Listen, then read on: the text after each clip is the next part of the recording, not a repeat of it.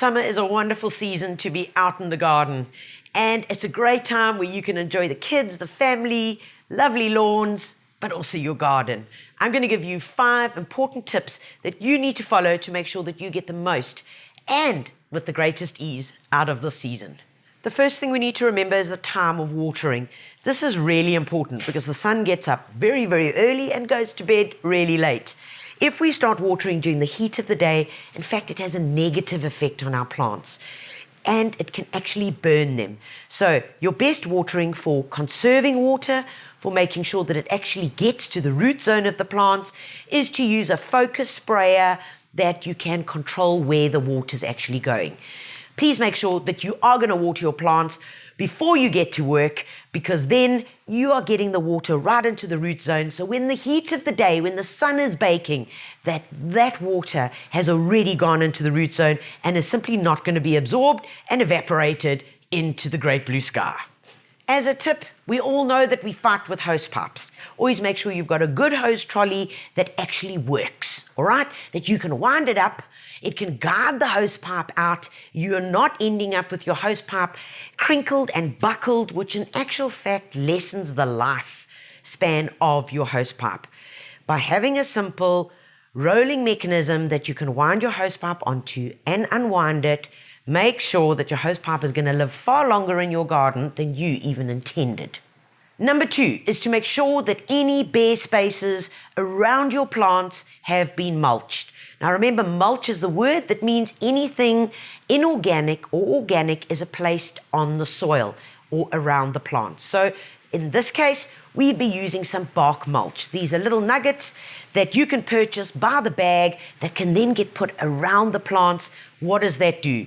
There are a couple of things it does. Number 1, it stops weed seeds from germinating. It also traps the moisture in there.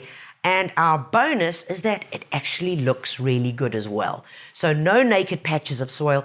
Make sure that you're mulching them either with leaf mold, using some compost, or even better, using these decorative bark nuggets. Most gardeners have a patch in their garden where they're going to have some annuals. Annuals are those lovely seedlings that we buy in the packs. We put them into pots, we put them in our border edgings, and we want to make sure that we get the most of them, that they carry on for the 3 to 4 to 5 months that they should be doing. And the important thing that we need to do to keep them going is to deadhead.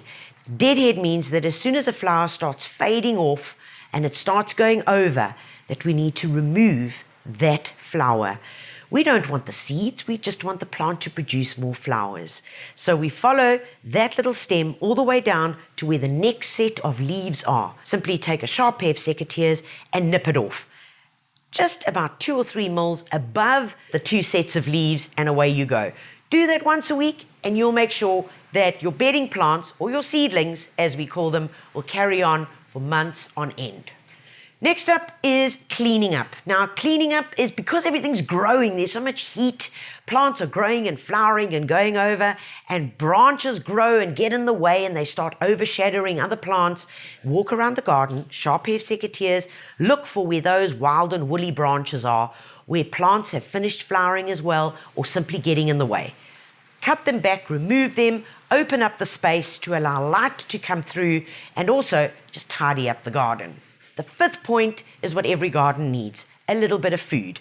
Remember, all your plants, especially your flowering plants, need a liquid fertilizer. Grab one, follow the instructions, dilute it into water, and early in the morning, you're going to be giving them a watering plus a good feeding. Remember, plant foods have the essential nutrients in them that encourages good, strong, healthy growth, plus gives them a bit of a defense mechanism. And it's going to ensure that you're going to have good flowers right throughout the season. There we have it, 5 easy steps to make you and your garden much happier. If you enjoyed this, like it, share it. Also go to our YouTube channel where you can find more clips like this to help you become an even better gardener.